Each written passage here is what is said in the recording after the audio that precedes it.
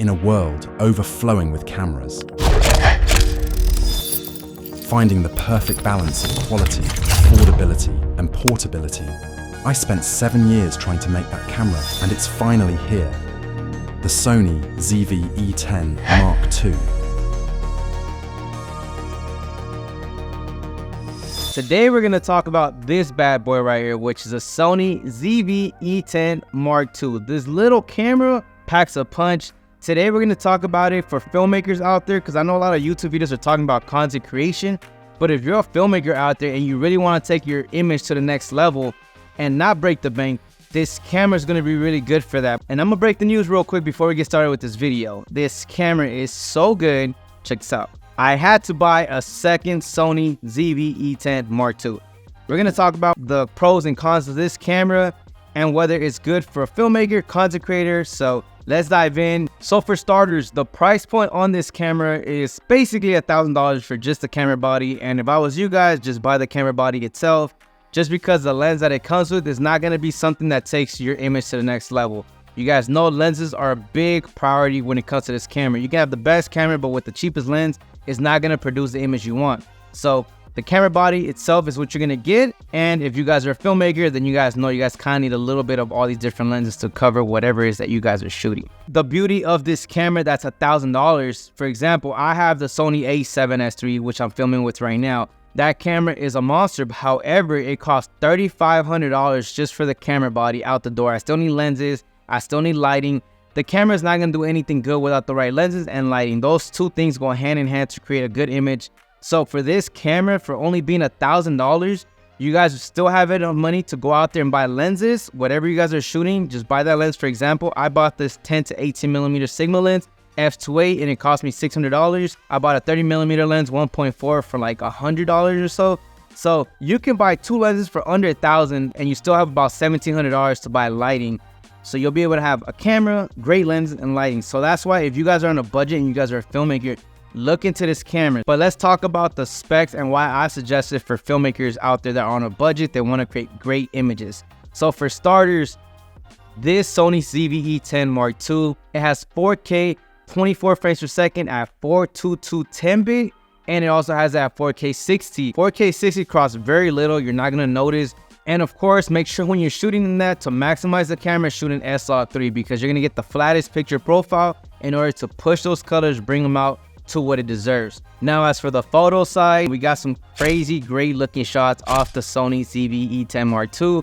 Photos are crisp. They're 26 megapixels. To be honest, photos nowadays, you just pair it with the right lenses, the right lighting, you're not going to tell a difference whether it's a 48 megapixel camera or a 24 megapixel or 26 megapixel camera. Keep in mind, this camera, when it comes to photos, video, you're getting a great bang for your buck. It's kind of crazy that it's only $1,000, and this is why I wanted to make sure I took it through its test. I shot a few videos, I shot a few photos on actual paid jobs as well, so I can talk about it, because a lot of people out there on YouTube are just talking about content creation, but it's a really good, capable filmmaking camera for videographers out there that are on a budget, but they want to step their game up and get better results. This camera is going to be it. The autofocus on it, clearly it's Sony, it's great. That's what I love about Sony, actually. They never tend to hold things back because it's a cheaper camera. They provide the same autofocus. And what I love about this one that the Sony a7S III doesn't have, clearly because that's more like a filmmaker's actual camera. That's how they kind of push it out to be. This one has a product focus point. I don't know like the right name for it, but if I was to have a product and put it up front like that, the camera's right away going to take the product that I'm showing is going to go in focus. The a7S III is just going to lock into my eyes. That's just how it is, but it's a really crucial thing to have for a content creator out there. It also has a flip out screen, which it should have for a content creator, because that's kind of how they push this camera. The quality of the screen is really good LCD screen. Sony's really like knocking out the ballpark with such a cheap camera. Now, the next benefit when it comes to this camera that no professional camera as of now that I'm aware of when it comes to the Sony a7S III or the FX3, they don't have built-in LUTs, but that's probably because most likely you're going to use an external monitor. But when it comes to this camera right here, you can put customized LUTs in here so you guys can view different type of looks depending on what you're shooting, and you guys can show the client right there and there what the image is going to look like. So now let's talk about the negatives when it comes to this camera, and we're going to start off with the active steady shot that this camera has. If you have it on off, It's kind of very shaky. It's very small, so obviously super light, easy to kind of just move it around. It's gonna look kind of shaky if you're trying to vlog and stuff. So you're gonna have to go to active steady shot. But when you do that, it zooms in a lot to your face, and it's very hard to make it look like, you know, have the viewer come with you without being all up in your face. So in order to counter that, you're gonna have to buy a different lens. The standard lens that it comes with is not gonna be good for that. Something like this, a 10 to 18 millimeter, the Sigma works. Anything 10, 11 millimeter will work in that result to kind of help with that. But it does crop in a good amount when you go into the active steady shot. So kind of keep that in mind. The next negative when it comes to this camera now is the low light. But just keep in mind, this camera does not have a full frame sensor inside. It is a crop sensor camera.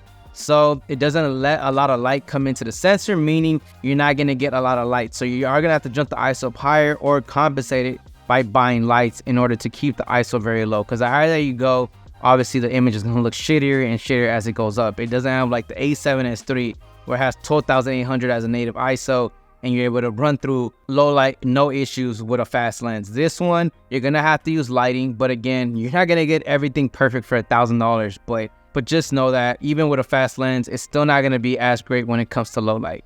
The next downfall on this camera is this right here. It has a micro HDMI. So I have nothing negative about it. You know, you could just buy it. However, the biggest downfall with that, because I hear a lot of people saying it breaks. I have never had anything break in the past when I used to have that micro HDMIs. My only downfall when it comes to that HDMI, in case you guys want to use an external monitor, you can't just go anywhere and expecting to have an HDMI to a micro HDMI in stock anywhere from Best Buy, Guitar Center. You're going to have to buy it through Amazon. So if you need it right there and then, you're not really going to find anyone having that. So it's kind of very liable on that end. I would suggest for you guys to counter that, just make sure you guys have like 3 in your camera bag. If one works, have 2 as a backup.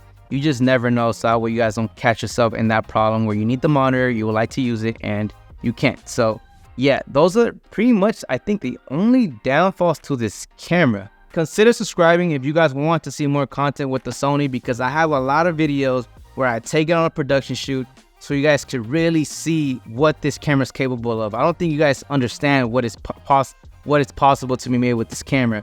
So anyways, catch you guys next time. Peace out.